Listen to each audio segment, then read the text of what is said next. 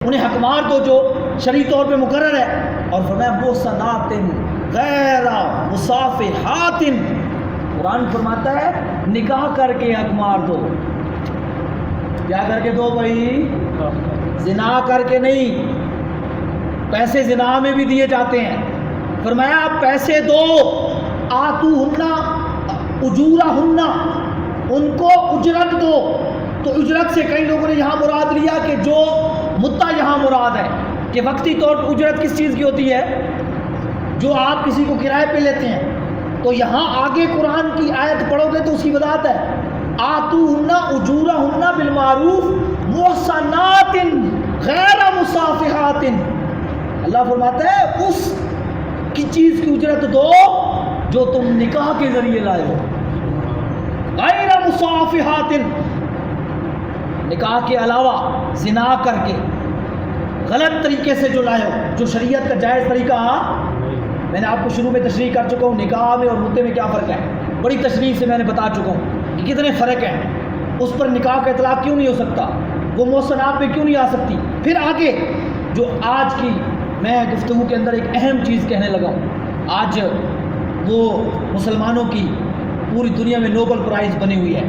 وہ کہتی ہے کہ نکاح کی ضرورت ہی نہیں ہے، تمہارا جو آپس میں ریلیشن شپ ہے یہی تعلق رکھ لو. تو اس پارٹنرشپ جو بیرون ملک ہے نا وہ نکاح نہیں کرتے، وہ کیا کرتے ہیں؟ پارٹنرشپ کرتے ہیں غیر مسلم. یعنی مطلب بچے پیدا ہو جاتے ہیں، وہ کہتے ہیں کہ 2-3 بچے ہو جاتے ہیں، پھر وہ چرچ میں یا جو بھی ان کا بنا ہوتا ہے ادھر جاتے ہیں اور پھر وہ کہتے ہیں ٹھیک ہے اب ہم میاں بیوی بنتے ہیں. اس سے پہلے وہ پارٹنرشپ لکھاتے ہیں. تو اب وہ مسلمانوں کو بھی یہ تصور دینا چاہتے ہیں. خیر عمومی زبانی طور پہ تو نہیں لیکن عملی طور پہ یہ چیز مسلمانوں میں بہت ہو چکی ہے. عملی طور پہ کالج یونیورسٹیاں دیکھو بھری پڑی. ریلیشن شپ کو کہتے ہیں کیا ہے ہماری مرضی ہے، ہم جس کے ساتھ چاہیں بیٹھیں، جہاں چاہیں بیٹھیں. اور پاکستان کے قانون میں مشرف دور کے اندر یہ چیزیں بہت ساری بن چکی ہیں. جس کو جناب رضا کہتے ہیں وہ حلال ہے، وہ کوئی قانون اس پہ جاری، یعنی جو لڑکا لڑکی راضی ہیں تو ان کا ریلیشن یہی تو وہ بھی کہتے ہیں. اور لیکن شریعت اس کو کیا کہتی ہے؟ زنا، حرام، فحاشی.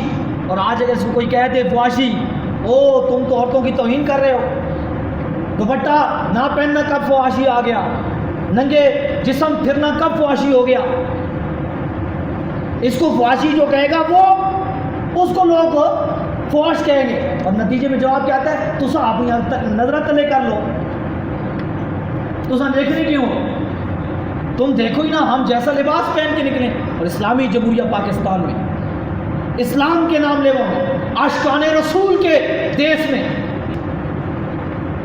بات ہی ختم. پھر زنا اور اس میں فرق کیا ہے؟ پھر کس چیز کا نام زنا ہے؟ زنا کس چیز کا نام ہے؟ بتاؤ زنا کس چیز کا پھر نام ہے؟ پھر تو زنا دنیا میں رہے گا ہی نہیں. اگر یہ ہے تو ہمیشہ ہوتا ہی وہ رضامندی سے ہے نا بھائی. اور دوسرا کیا طوفان لائے؟ کہتے ہیں اگر کوئی کسی کی بیوی بھی ہے اور وہ اپنے خاوند کے ساتھ راضی نہیں ہے، مطلب ازدواجی معاملات میں، تو یہ ریپ ہے، یہ زنا ہے. جس کو ہم زنا کہتے ہیں وہ اس کو ریپ کہتے ہیں. یہ ریپ ہے چاہے وہ تمہاری بیوی بھی ہے. اب بتاؤ ایمان سے بتاؤ تم یہ تشریحیں چاہتے ہو یا محمد عربی کی تشریح چاہتے ہو؟ بات جہاں پہ ختم کرنا چاہتا ہوں، ایسے لوگوں سے متنبع ہوں جو ہماری نوجوان نسلوں کو برباد کر رہے ہیں. اور وہ کہتی ہیں تمہارا ریلیشن شپ ہو تو بھی جائز ہے. قرآن مجید فرماتا ہے کہ عورتوں کو اجرت دو، محصنات غیر مصافحات ولا متخذات اخدان. یہ لفظ ہیں قرآن کے.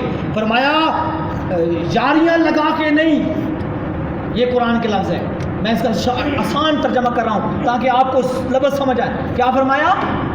یاریاں لگا کے نہیں بلکہ رب کے نظام کے نیچے آ کے نکاح کر کے ان کو اجرت دو.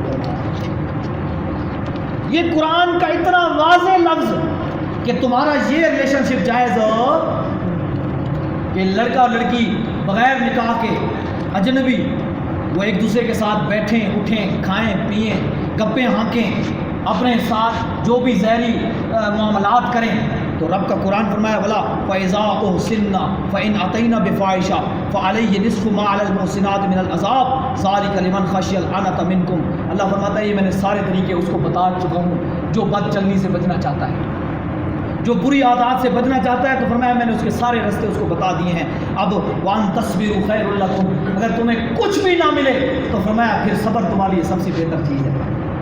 فرمایا پھر صبر کرنا، یہی تو تیرا امتحان ہے، اس لیے تو میں نے تجھے پیدا کیا. اور فرمایا واللہ غفور الرحیم، تو صبر کرے گا اور پھر تجھ سے کوئی بتقاضۂ بشریت غلطی ہو بھی گئی تو فرمایا میں پھر بخشنے والا بھی ہوں اور رحم فرمانے والا بھی ہوں. فرمایا لیکن تو صبر کرنے کی کوشش تو کر، محنت تو کر. اس لیے